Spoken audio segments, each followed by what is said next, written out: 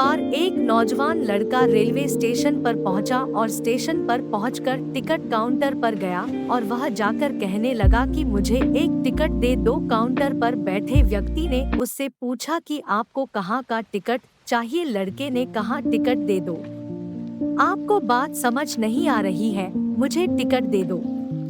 Counter पर बैठे व्यक्ति ने सोचा कि ये शायद थोड़ा सा खिसका हुआ है, इसलिए इस प्रकार की बातें कर रहा है। काउंटर पे बैठे व्यक्ति ने फिर से पूछा कि अरे भाई साहब, आपको कहाँ का टिकट चाहिए, बताइए तो।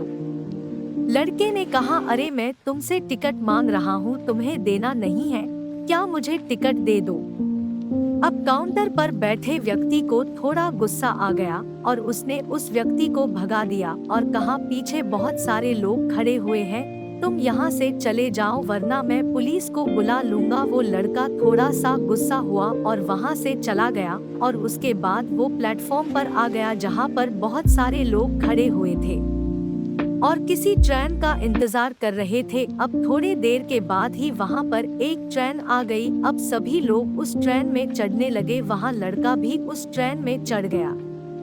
अब मैं सभी से एक प्रश्न पूछना चाहता हूँ जिसका जवाब आपको मुझे देना है। आप बताएगा कि वह लड़का अब कहाँ पर पहुँचेगा। हाँ, आप बताइए कि वह लड़का अब कहाँ पहुँचेगा।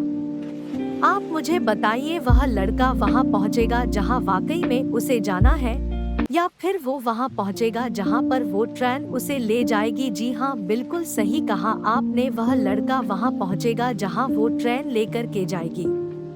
अब आप भी अपने आप से पूछ कर देखिए कि आप भी बिना लक्ष्य वाले ट्रेन में सफर तो नहीं कर रहे। कई बार आप भी अपने माँ बाप को दिखाने के चक्कर में, अपने दोस्त यार को दिखने के चक्कर में बिना लक्ष्य वाले ट्रेन में बैठ जाते हैं और उन्हें कुछ करके दिखाना चाहते हैं। क्या आपको लगता ही कि ये सही है? अब ट्रेन में बैठा व्यक्ति चला जा रहा है, लेकिन कुछ दिन के बाद वो बोर हो जाता है, परेशान होने लगता है कि ये मैं कहाँ जा रहा हूँ। और फिर थोड़े दिन के बाद उसे एक स्टेशन दिखता है और बहुत सारे लोग उतर रहे होते हैं और फिर वो भी वहाँ पर उतर जाता है। लेकिन स्टेशन पर उतरने के बाद उसे ये समझ में आता है कि मुझे यहाँ आना ही नहीं था, मुझे तो कहीं और जाना था।